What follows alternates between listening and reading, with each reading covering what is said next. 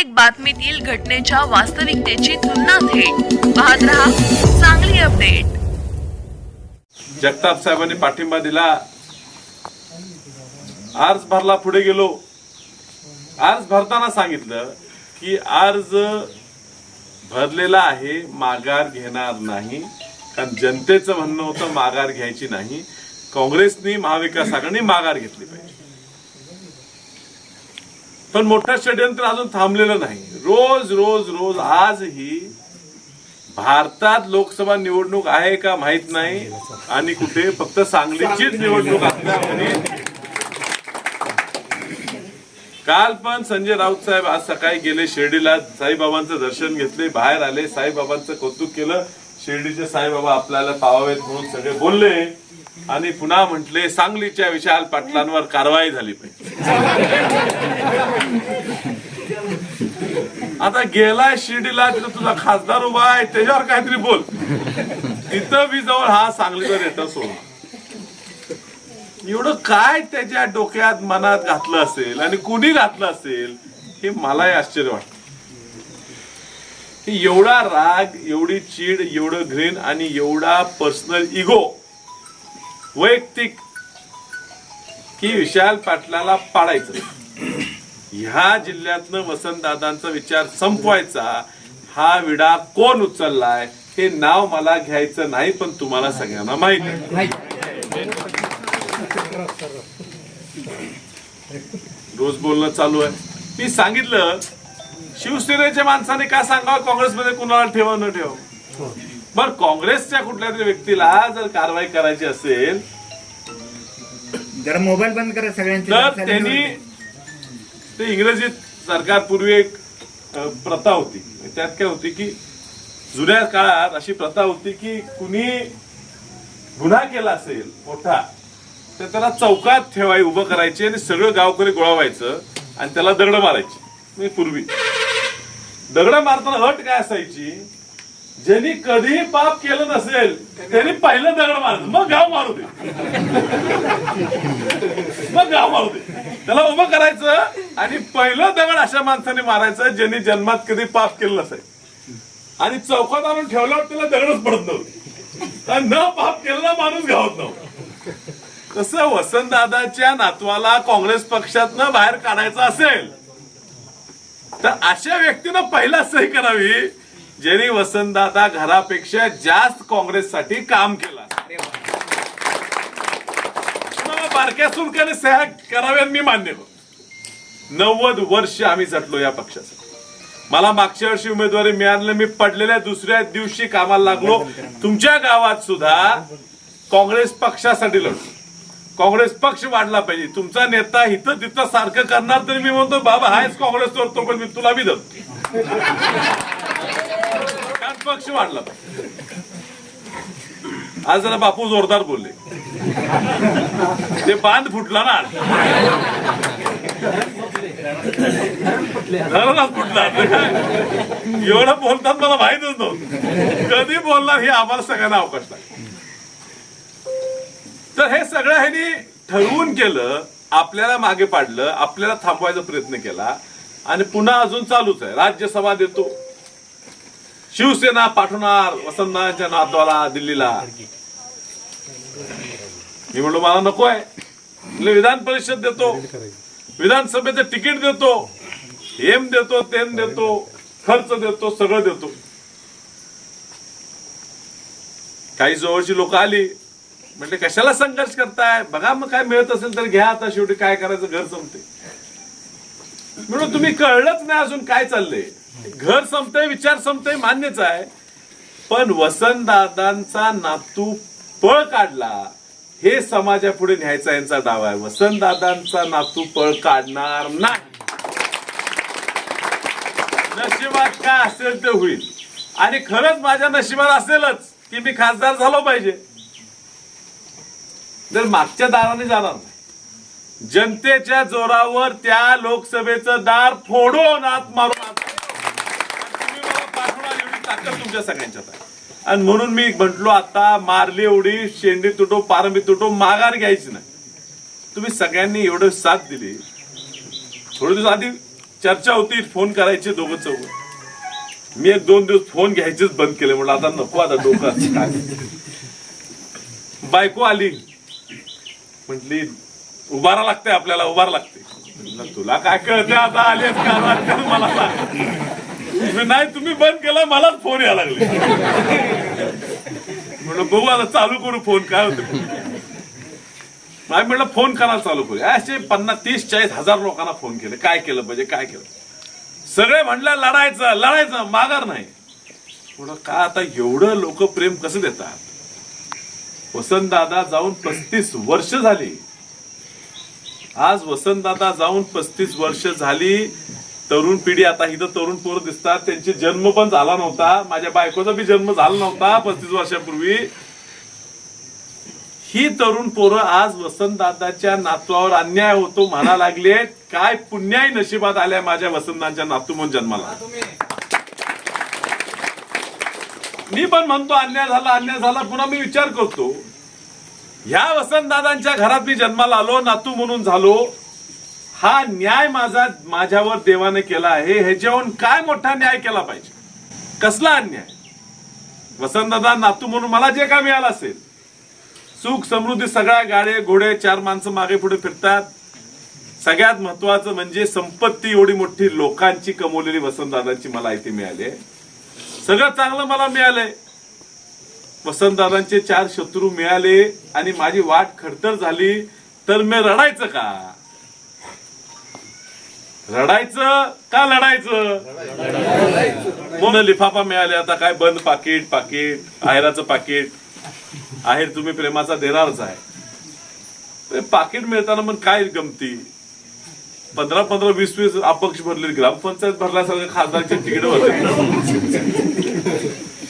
आणि काय असते त्या नावं चढताना पहिला 2-3 पक्ष आहेत त्यांची लागतात, पुन्हा अपक्षाची नावं लागतात. ते 12 खाड्याला लागतात. क ख ग ग न च च ज ज न असं. माझं नाव व य र ल व श, मग शेवटी. ते इंग्रजीत घ्या ना मराठीत घ्या, शेवटी घ्यायला. मग ह्यांनी मी नाव भरताना सगळी भरली. आकाश, आनंदराव, बंडराव अशी नाव भरली सगळी माझ्यावर. करता नाव गेलं माझं 17वा नंबर. मी मग सगळ्यांच्या मागे लागलोय. कोण काढते का बा, कोण काढणार. सगळी भाजपचे बरोबर भरले. ते भाजपचे उमेदवार माणसं भरले, अपक्ष त्याच्यावर भरले. मी यामध्ये एकटाच बसलोय. मी म्हटलं आता एवढं ना खाली कसं माणसं मत टाकणार, काय होणार माझं. आता योगायोग बघा, 2 मशिनी आता लागणार. एका मशिनीत 16च नाव बसतात आणि माझं नाव गेलं 17व्या नंबर. त्यामुळे दुसऱ्या मशीनला मी आलो 1 नंबर. मला चोरा टाकतायत खाली, मला देव नेतोय वर. आता 2 मशिनी असणार आहे. एक डावीकड, एक उजवीकड लागून असत. डावीकडे 16 नाव असणार, उजव्या हाताला 5. कसं जुळून आलं बघा.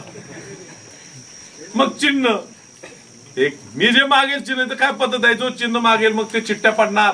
मग चिठ्ठ्या पडल्यावर मग ठरणार. मी मागेल ते चिन्ह कोणतरी अपक्ष मागते. मला बी वैताग आला. काय कुणाला काय द्यायचं ते चिन्ह द्या.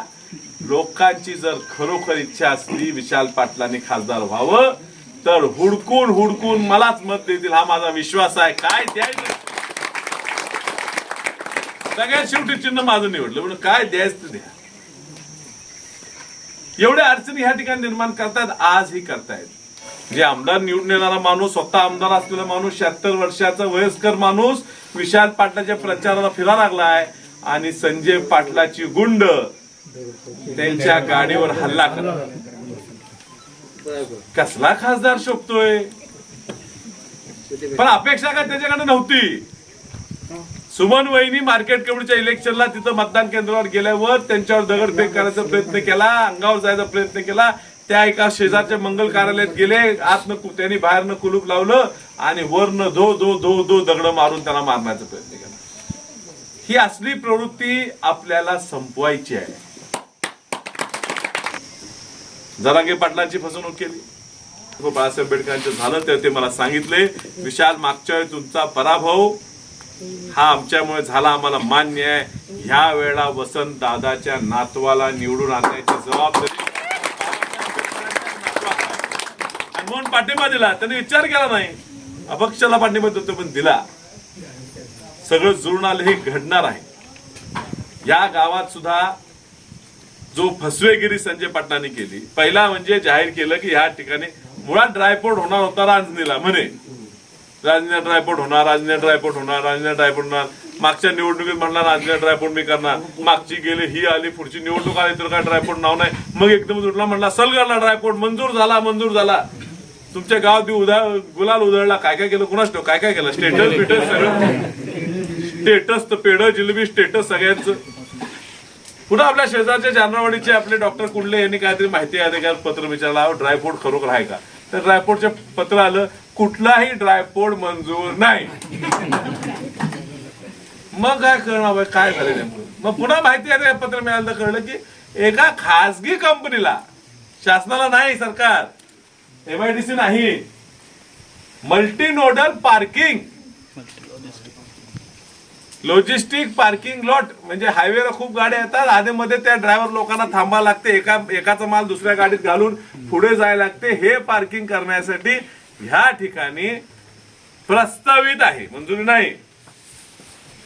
पण जमीन अधिग्रहणचा विषय, ते का उद्योग आणला पाहिजे. त्या पार्किंग लॉट मध्ये किती उद्योग निर्माण होणार मला माहित नाही, पण त्याला 5, 50, 100 पोरं जरी लागली तर चांगली गोष्ट आहे. आपला अभिमान आहे, आपल्या भागातली पोरं लागतील. शेती आता एका माणसाकडनं चांगली होत असेल तर दुसरा पोरगा तिथे लावला पाहिजे, काम झालं पाहिजे, मला मान्य आहे. पण ही जमीन फुकटात, ती खासगी, शासनाने मदत केली असेल त्या कंपनीला, पण खासगी कंपनीला मोफत जमीन द्यायचं कारण काय.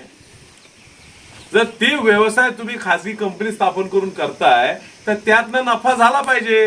म्हणजे जमीन जर तुम्हाला घ्यायचीच होती तर पैसे मोजून घ्यायला हवी होती. तांत्रिक कारण काढलं, आपण सगळे उपोषणाला बसलेला, आम्ही तिथे गेलो, ठीक आहे बाबा 300-400 एकर जमीन आहे, 70-80 एकर गायरान आहे, दिलं, ठीक आहे, तिथं काहीतरी आलं.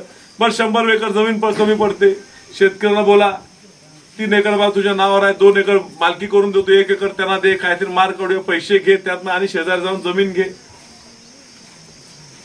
एवढे प्रकल्प झाले तर हायवे झाला, प्रतीकदानच्या काळात मंजूर झाला हायवे, ते काय संजय गांधी केला नाही.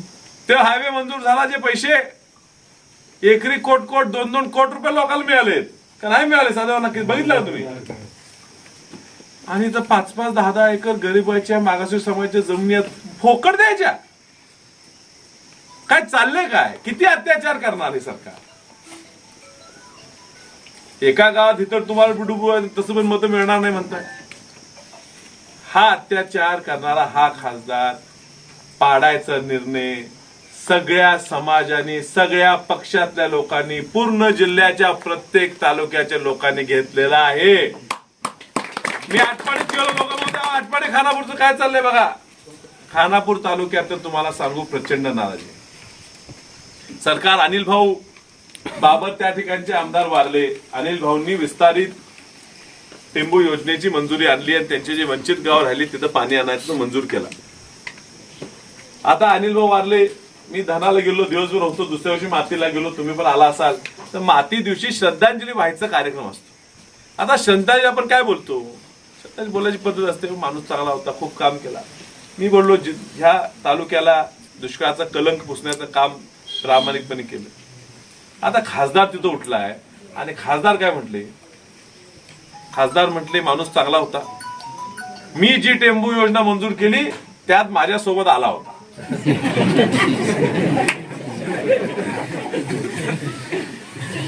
म्हणजे तो मेला माणूस तुझ्या त्रासानं तिथं मी मळावरचं सोनं मिळते काय म्हणून तिथं आणि पळाला. आणि आता वर्ण दबाव, आज फडणवीस साहेब आले, त्यांचा दबाव चाललाय बाबरांच्या पोरावर. आता शेवटी पोरं बाप मेला करतायत काय, घाबरली आहेत बिचारे, तुमच्या मागणं फिरणार, त्यांच्या दबाव आहे, माझं काम करायचं, माझं काम करायचं. अरे तुम्ही म्हणशील, ती पोरं घाबरून म्हणतील, लोक ऐकतील का. आपला नेता ज्याच्यामुळे मेला, ज्या ज्या त्रासाने मेला, त्याला मताचं बोट त्या ठिकाणी जाईल का, आधीच वाकडं घालायचं जाईल का. खानापूर तालुक्यात मतदान नाही, आटपाडी तालुक्यात मतदान नाही, त्यांच्या तासगाव तालुक्यात सुद्धा जरा फक्त आपण कमी पडतोय. 8 दिवसात तुम्हाला सांगू, एकाही तालुक्यात भाजपला पुढे आम्ही जाऊ देणार नाही.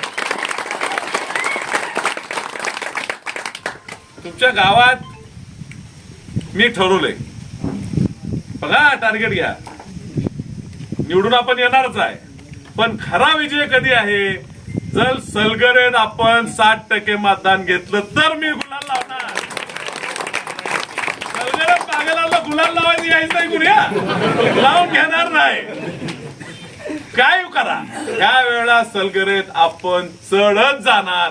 कोण काय त्याला करायचं ते करू दे, आणि त्यानंतर धाडसाने तुमच्या प्रत्येक अडचणीत मी आहे, सरकार आहेत, आम्ही सगळीजण आहे, तुमच्या पाठीमध्ये ताकदीने उभं राहू ही तुम्हाला या ठिकाणी आश्वासन देतो. लिफाफा चिन्हापूरचं बटन दाबून आम्हाला निवडून द्या ही विनंती करतो. थांबतो. नमस्कार.